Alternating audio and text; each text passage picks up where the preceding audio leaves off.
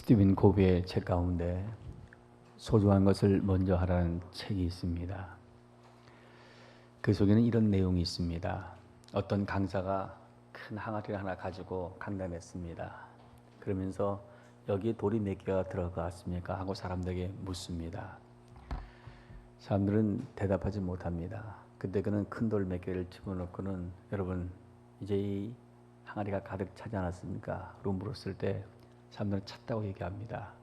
그랬더니 작은 자갈을 그 사이에다가 집어넣어요. 다 찼느냐? 사람들이 잘 대답을 못합니다. 그때 다시 그 모래를 넣고 더 많은 것을 채우고 나중에는 물을 넣고 이 모래를 넣어서 그 항아리를 가득 채우게 되어집니다. 이것을 보여주고 나서 스티븐 코비 얘기합니다. 자, 내가 왜 이런 실험을 했는지 아십니까? 그 이유가 어디 있냐? 그랬더니 사람들 가운데는 그 항아리 안에 완전히 찾지 못한 부분들이 있다는 것을 우리가 하여금 알게 하기 위해서 한 것이 아니냐 하고 이야기합니다. 근데 그런 말하기를 그것이 아니고 만약에 항아리를 내가 채우는데 먼저 가는 돌로 모래로 채우고 나서 큰 돌을 집어넣었다면 그 큰 돌을 넣을 수가 없었을 것이다. 내가 이것을 통해서 여러분에게 이야기하고 싶은 것은 삶에 있어 우선순위의 중요함을 이야기하기 위함이다 하고 이야기했습니다. 여러분, 우리가 인생을 살면서 성공하는 사람들과 실패하는 사람들을 보게 되어지면 성공자도 나름대로 노력하고 실패자도 나름대로 노력을 합니다. 그럼에도 불구하고 누구는 성공하고 왜 누구는 실패하는가? 그 원인이 어디 있습니까?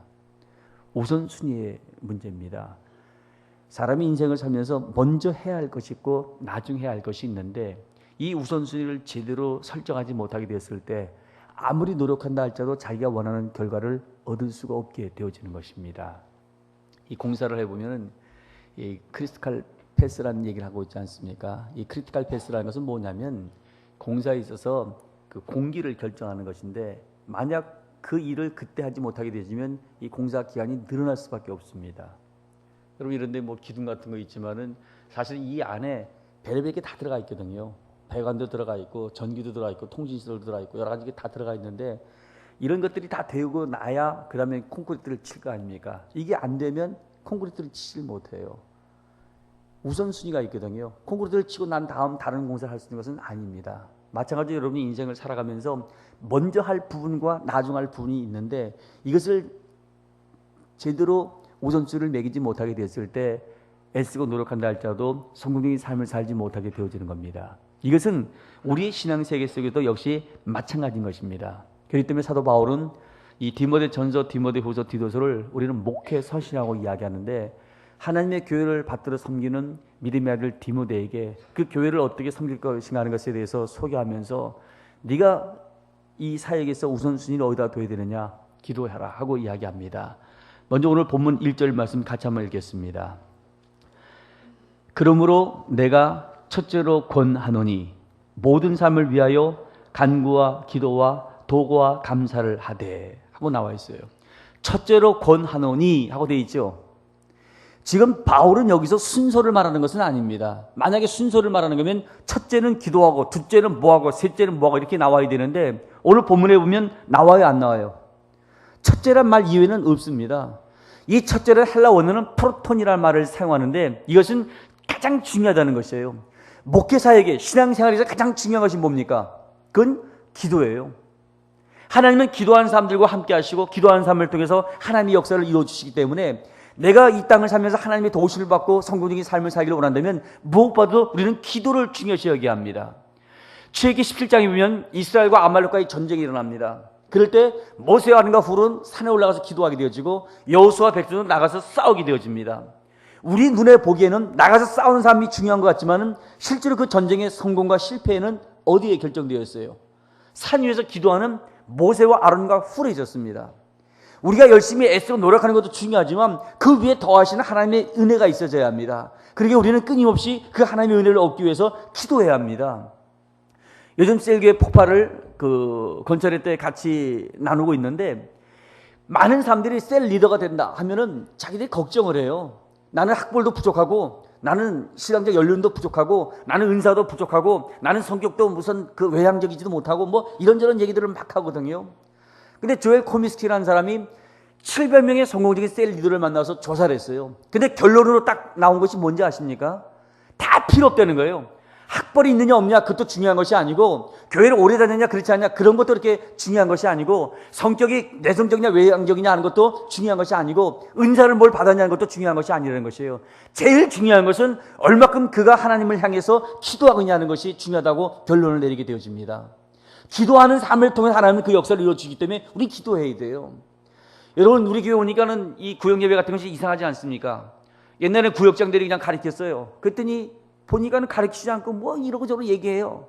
이게 무슨 구역 예배인가 하고 생각을 여러분이 가질 터인데, 왜 이 4W라는 이런 예배를 드리게 되어지냐면, 구역장이 가르쳤어요. 과거에 흔히 사람들은 지식이 사람을 바꾼다고 보았지만은 실제로 목회 사역을 해보니까 제자 훈련을 시키고 뭐 구역을 통해서 가르치고 아무리 해봤자 사람의 본성은 바뀌지 않더라는 거예요.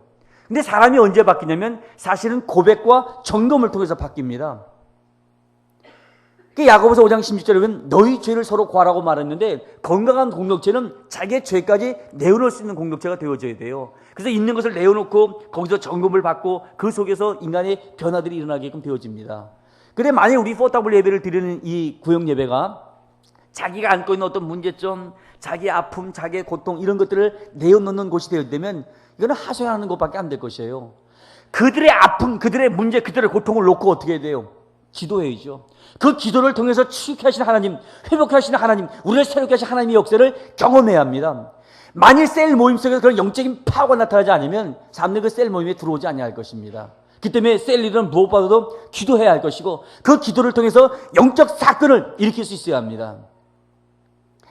여러분, 정말 신앙생활 속에 기도를 믿어요? 하나님께 기도하면 하나님 기도에 응답해 주신다는 사실을 알아요? 왜 우리가 기도하지 않냐면 기도에 대한 믿음이 없어요. 기도 응답에 대한 확신이 없고. 전에 영화동에 있을 때 이쪽 이목동에다가 우리가 땅을 샀다 그랬거든요. 그리고 우리 교회가 건축을 시작한다 하고 얘기를 했어요. 여러분, 그때 믿었어요? 알았어요?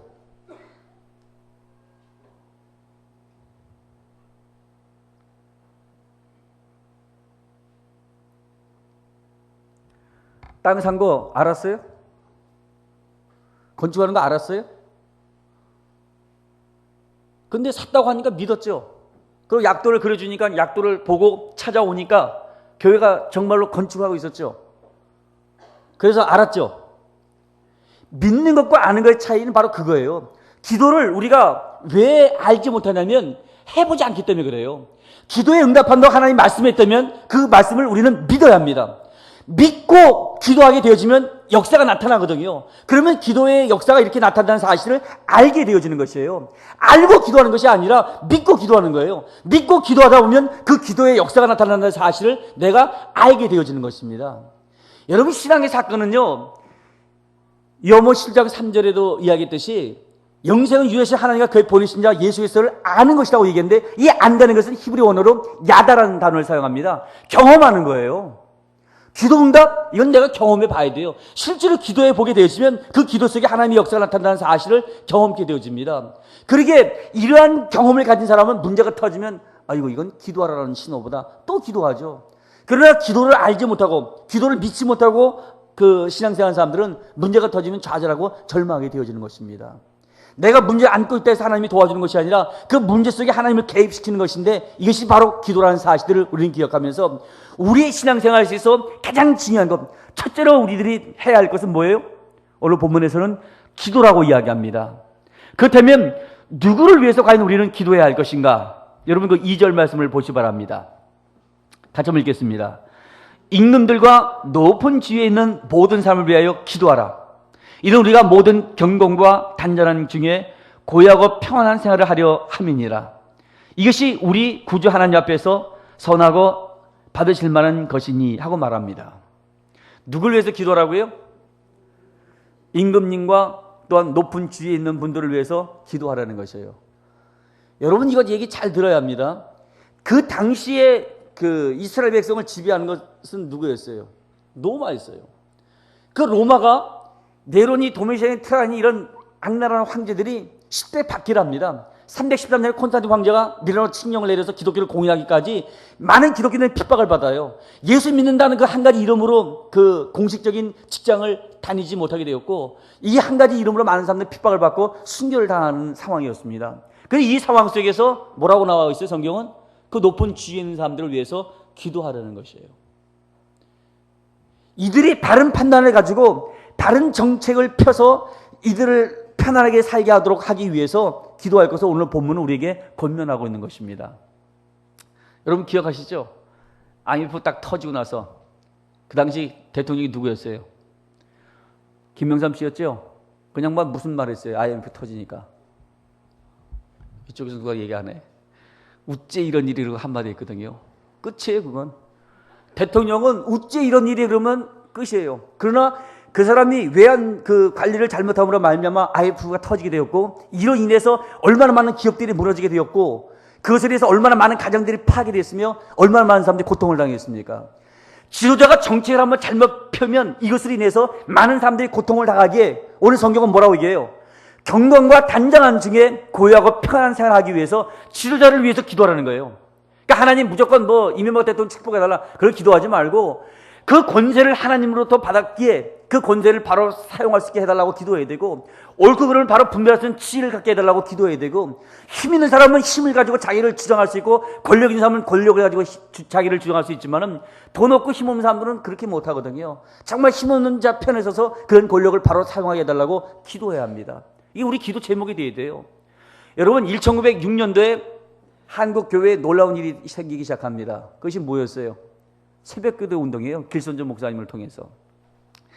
저는 신학교 다닐 때 그런 얘기를 들었거든요. 길손전 목사님이 나이가 많아서 목회를 했기 때문에 새벽 잠이 없어요, 노인네들은. 그러니까 잠이 안 오니까는 나와서 기도하다 보니까 혼자 기도하니까 재미가 없거든요. 교인들 나와라 그래가지고 길손전 목사님이 새벽기도를 시작해서 요즘 젊은 목회자들 힘든데 새벽에 나가서 이 새벽기도를 해야 된다는 거예요. 그러면서 길손전 목사님에 대해서 굉장히 안 좋게 얘기를 한 것을 들었거든요. 근데 실제로 길손전 목사님이 장대현 교회에서 이 새벽기도 운동을 시작하게 된 이유는 다른 거 아니었어요. 1906년 바로 전에 무슨 일이 있었어요? 1905년도에 한일합방 있었잖아요. 을사보호조약이 있지 않았습니까? 이거를 당하고 난 다음 자기들이 할 수 있는 길은 하나님 앞에 이러한 그 어려움을 호소하는 길밖에 없었다는 것이죠. 그래서 민족을 위해서, 나라를 위해서 사실은 기도하기 시작해서 새벽기도 운동이 생기게 되었던 겁니다. 나라를 위해서, 높은 지위에 있는 자들을 위해서 우리는 기도해야 돼요. 더욱이 교회의 목회자를 위해서 기도해야 합니다. 여러분 성경에 보면 사도 바울은 무슨 얘기를 해요? 로마서에 보면 나를 위해서 기도해달라고 얘기해요. 바울 같은 위대한 하나님의 종도 성도의 기도가 없이는 그 사역을 감당할 수 없게 나를 위해서 기도하라고 얘기했는데, 그 기도가 필요하지 않은 사람은 아마 아무도 없을 것입니다. 그렇게 특별히 우리는 목회자들을 위해서, 또 교회 지도자들을 위해서 끊임없이 기도해야 할 것입니다. 존 맥스웰이 쓴 책 가운데서 목회자를 위한 기도라는 것이 있어요.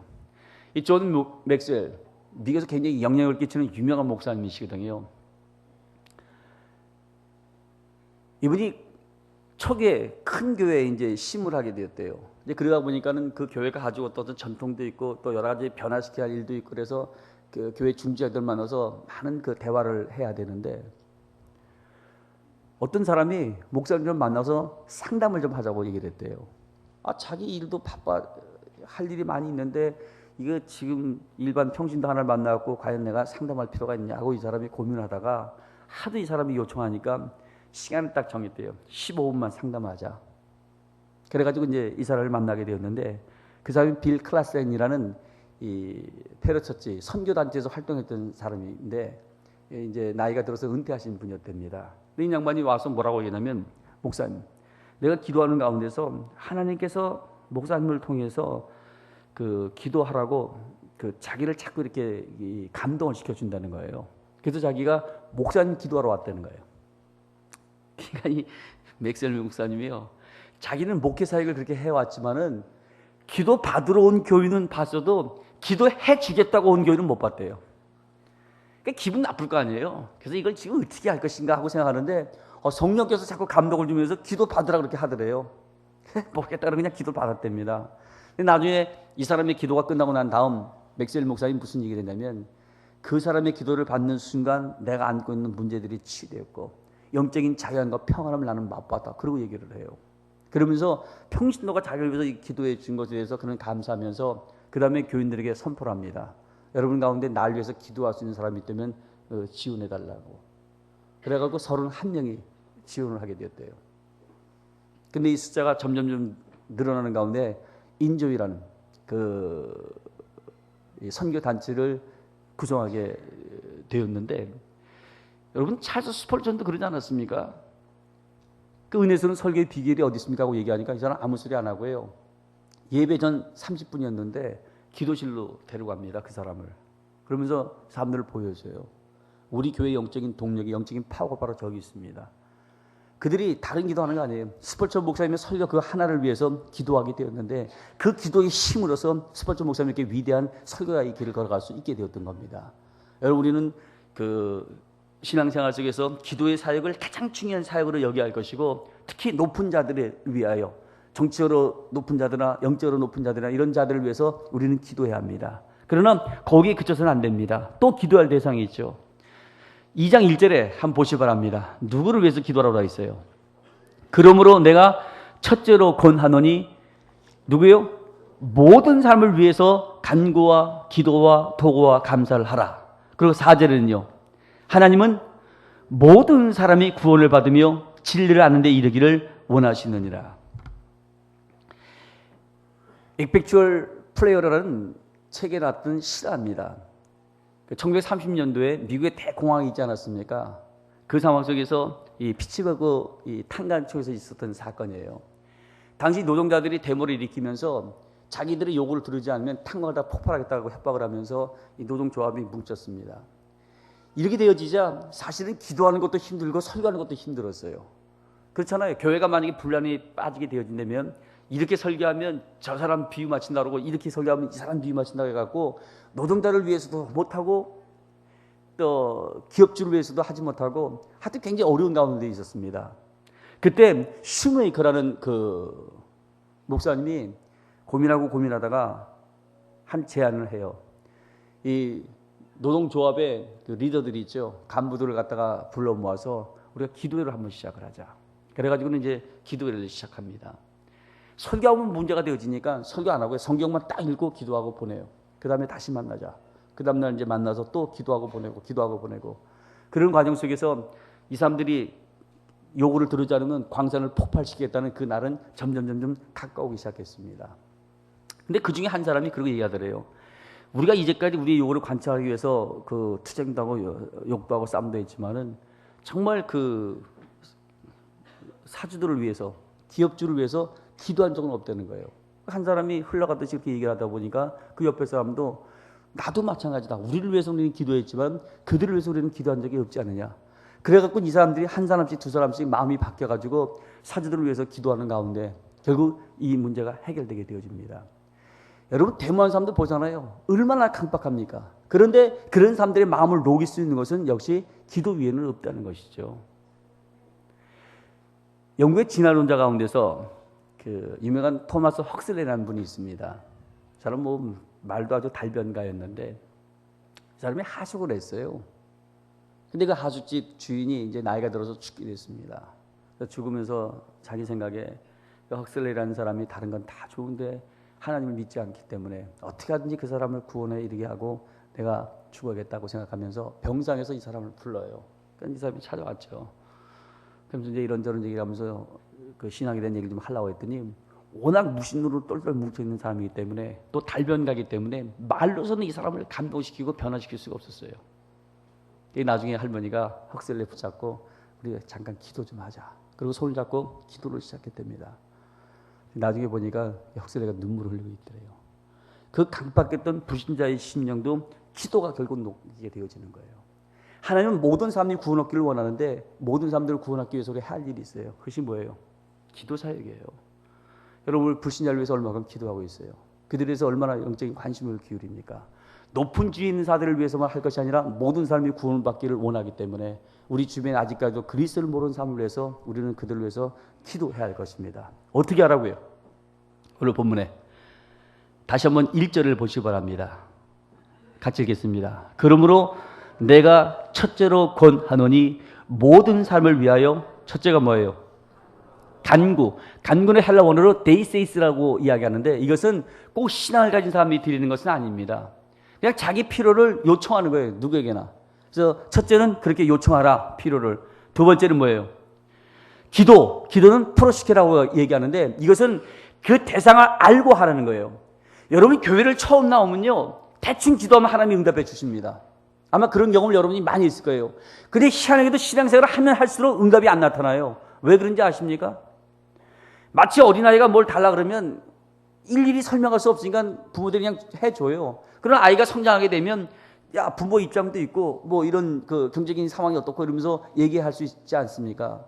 하나님과의 관계도 역시 마찬가지로 초기에는 무조건 기도하면 하나님이 응답해 줘요. 왜냐하면 하나님이 누군가를 알지 못하게 하나님을 알게 하기 위해서 하나님은 그렇게 해 주시다가 이 사람이 신앙이 성장하게 되시면 그 다음에는 하나님의 뜻을 합당하게 구할 때 하나님 그 기도에 응답해 주십니다. 여러분 기도의 모델이라는 얘기를 많이 하는데 최고의 기도의 모델이 뭡니까? 예수님이 드린 겟세마네 동산의 기도예요. 겟세마네 동산의 기도 가만 보세요. 예수님은 자기 생각이 있었어요. 그것은 뭐였습니까? 십자가를 지길 원치 않았어요. 이 잔이 내게서 넘어가기를 원하나이다 하는 것이 예수님의 생각이었거든요. 그러나 예수님은 기도를 통해서 하나님의 뜻이 무엇인지를 분별하지 않습니까? 그러게 마지막 뭐라고 기도해요? 내 뜻대로 마옵시고 아버지 뜻대로 하옵소서. 결국 주님께서는 기도를 통해서 하나님의 뜻을 발견하게 되어지고 그 하나님의 뜻을 실천할 수 있는 능력을 기도를 통해서 얻는 가운데 결국 주님은 십자가를 지지 않습니까? 여러분이 신앙생활을 제대로 하기를 원한다면 주의 뜻이 어딘지를 분별해야 되고 그 뜻을 이루기 위해서 우리는 살아가게 될 때 이것을 이룰 수 있는 능력도 하나님은 우리 가운데 주게 되어질 것입니다. 그게 성경 우리에게 뭐 하라고요? 첫째, 간구하라. 두 번째는요, 기도하라. 그 대상을 알고 제대로 구하라는 것이에요. 그 다음에 뭐예요? 도고라는 말이 나오죠. 이 도고라는 것은 그 중보 기도를 얘기하는 것입니다. 여러분 알다시피 중세 교회에서는 중보자가 누구였어요? 신문진들이었어요. 교황이었어요. 이들을 통해서 사람들이 하나님께 나갈 수 있다고 보았는데 당시 종교개혁을 일으킨 개혁자들이 발견한 중요한 사상 가운데 하나가 뭐냐면 만인 제사장설입니다. 그리스도 십자가에 돌아가시는 말미암아 누구든지 하나님께 나갈 수 있는 길이 열렸다는 것이에요. 그래서 베드로전서 8장 9절에는 무슨 말씀이 있어요? 너희는 왕같은 제사장이라고 나와 있거든요. 우리는 누구든지 하나님께 나갈 수 있는 길이 열렸기 때문에 왕같은 제사장으로서 우리는 주님 앞에 나가서 직구할 수 있습니다. 더욱이 내 문제뿐만 아니라 다른 사람의 문제까지도 중보할 수 있는 특권이 우리에게 주어진 것입니다. 여러분 성경에 보면 창세기 13장에 보면 아브라함과 롯이 점점 하나님의 축복 속에서 그 목동들도 많아지고 양떼들도 많아지자 서로 이들이 다투지 않습니까? 근데 아브라함이 제안을 하죠. 야, 우리 믿는 사람끼리 이렇게 다투는 거 좋지가 않다. 헤어지자. 네가 좌하면 나는 우하고 네가 우하면 나는 좌하겠다 하면서 아브라함이 먼저 선택권을 롯에게 줘요. 근데 롯이 어디를 선택을 해요?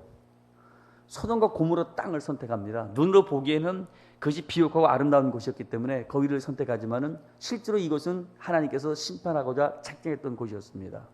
결국 소돔과 고모라가 멸망당하게 됐을 때 아브라함이 어떻게 해요? 조카 롯을 위해서 기도하지 않습니까? 하나님이 그 기도를 들으시고 조카 롯과 그의 가정을 구원하십니다. 롯이 의로웠기 때문에 구원받은 것이 아니었어요. 뭐 때문에 구원받았어요?